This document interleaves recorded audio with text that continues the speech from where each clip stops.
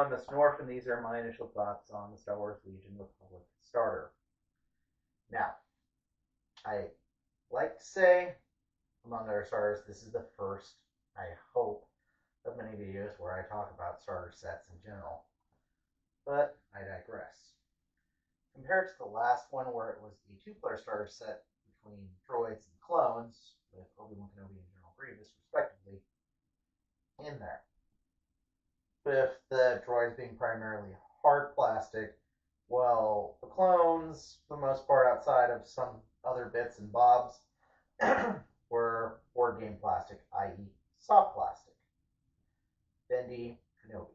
So anyone who played the original Star Wars Legion when the clones came out can tell you about bendy lightsabers. It was a thing. You had Luke Skywalker lightsaber bending all the way here. You had to use hot water to straighten it. The plastic one, they've gotten around that, and now it's lightsabers you don't have to worry about. Now, as far as starters go, teaching basics of people getting in the game and whatnot, I would recommend it. Mostly because it gives you 2 full core and 2 elites. And 1 good officer that's very defensive and will keep those core around as much as possible, as well as a list what to build it for.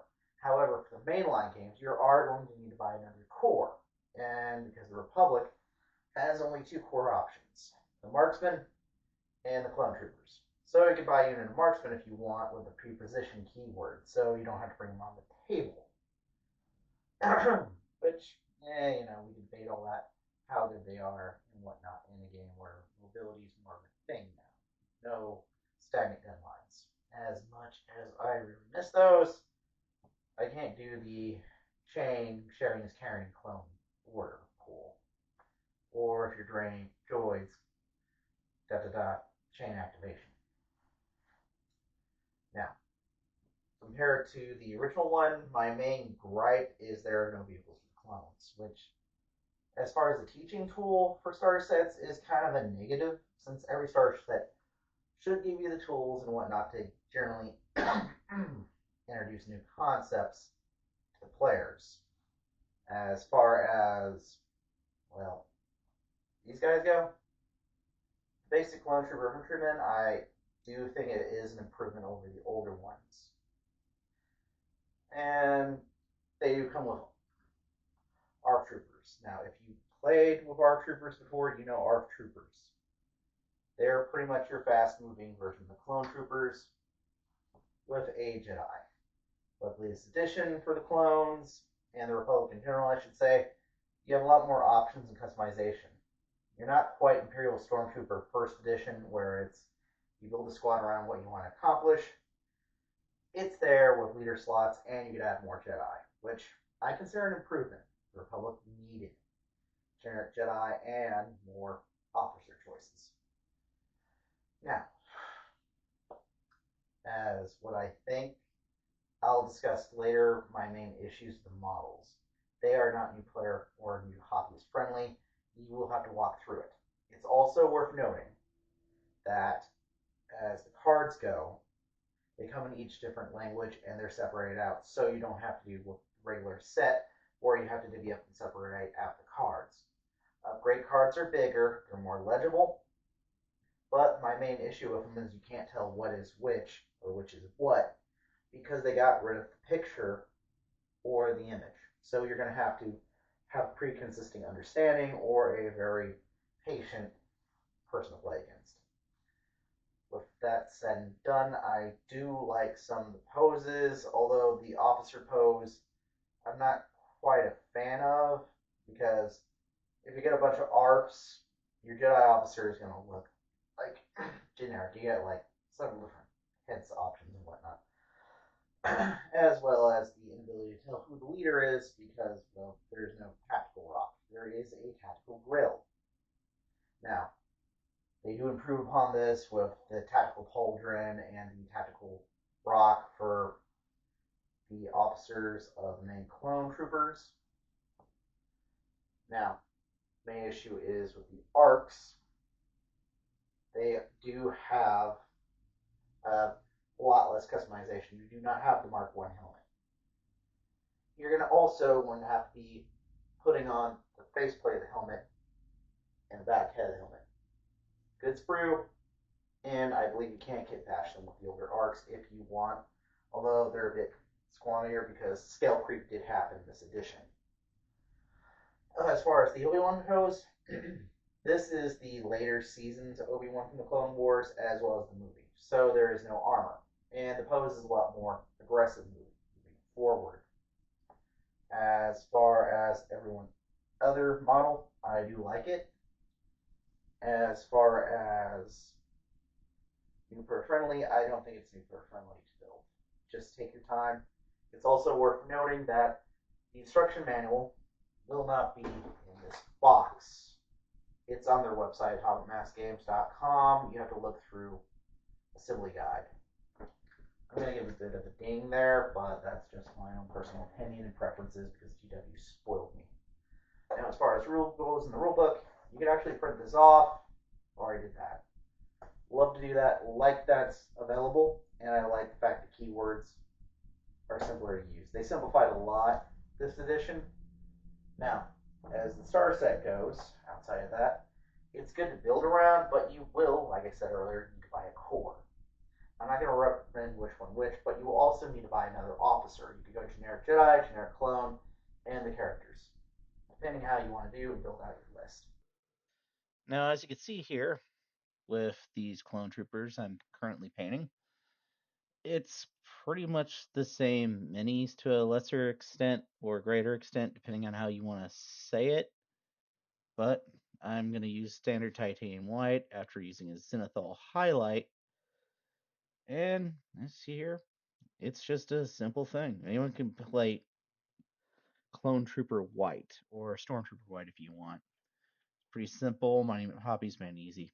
As you can see here, dawdling around a little.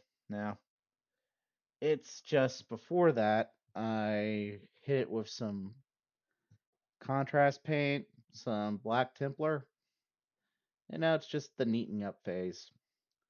Now, the thing about the Clone Troopers is, unlike last edition, they're, as I stated earlier, hard plastic now, which helps a lot when it comes to modeling and building. Now, with this, I'm trying to get everything in focus first time, painting on camera and all that.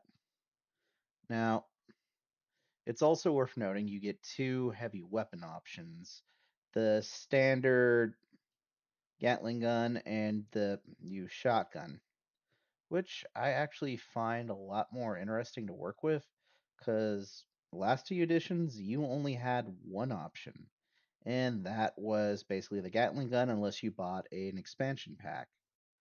With this, you get two. Luckily, you don't need to worry too much about it, and I actually find that great. Now, well, is it going to match up with the regular clones? That remains to be seen. I think they do, and I'm pretty happy with that.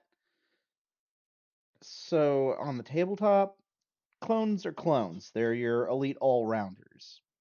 They have the Mark II, or should I say, Phase 2 armor profile, which helps out a lot with them when it comes to getting those surge tokens because you're going to be going through those quick, fast, in a hurry. Now, with the changes to the Republic ARC Troopers, you no longer have the standard long range option unless you get the DC 15X sniper rifle, which I actually quite find as a good option for long range, but the game shifted to being a lot more close in, which is actually pretty good. Now, with this, I'm still going to go through basic clones. I'm currently holding the Gatling Trooper right here. You can see he's posed on top of some debris. And now I'm currently trying, as I try, to basically neatening it up some more. The neatening up phase of a lot of this, clones and all that, is kind of important to know. You do not have to paint them like the box, but I prefer to have my clone troopers in the white armor. Brighter the white, the better. That way you can dirty it up and alter it as you need. Now, I got Obi-Wan made. You can see what I mean. This is a good solid plastic kit. The problem is you're going to run into the running pose when you're going to be gluing them down. Now, I know this is a lot rougher to look at, but I do find it a bit more dynamic when it comes to the running, the all that lovely stuff. Now, I also would like to admit he does paint up nicely. You could see that I added some red to make him pop out. He is running over a droid. Now, I've used a lightish brown for the hair, as well as a little size comparison with him, the clone trooper.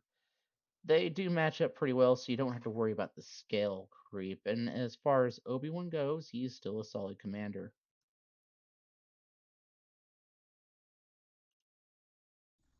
Well, in conclusion, it's a strong starter set, but the models are difficult to build, so I kind of ding it for that.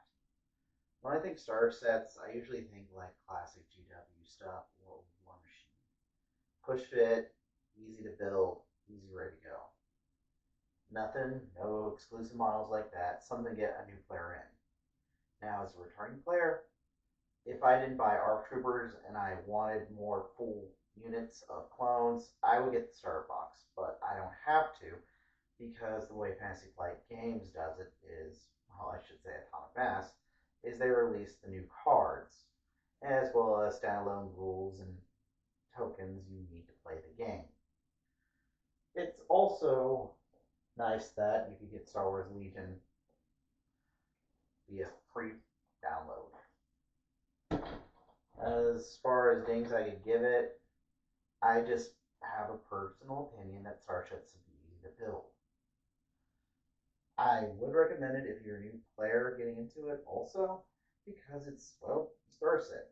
I can just hand him off to it, and the guy could get started up with a pretty decent army or he list out and build.